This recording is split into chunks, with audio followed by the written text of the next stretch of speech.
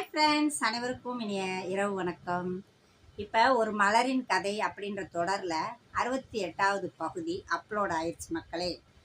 பாருங்க, பார்த்து அதில் உள்ள என்ன ஏது நிறை குறைகள் ஏதாவது இருந்தால் கண்டிப்பாக கமெண்ட் பாக்ஸில் சொல்லுங்கள். அதில் நான் என்ன சொல்லியிருக்கேன் அப்படின்றத சுருக்கமாக சொல்லிடுறேன். இப்போ தலை தீபாவளி, எங்களுக்கு தலை தீபாவளிக்கு எங்கள் அம்மா வீட்டுக்கு நாங்கள் போயிட்டு வரும்போது பலகாரம் கொடுத்து விடுவாங்கள்ல, அது என்ன பண்ணிட்டாங்கன்னா, எங்கள் அம்மா குட்டி குட்டி வாளியில் அதிரசம் ஒரு முறுக்கு ஒரு வச்சு கொடுத்துட்டாங்க பார்த்துக்கோங்க.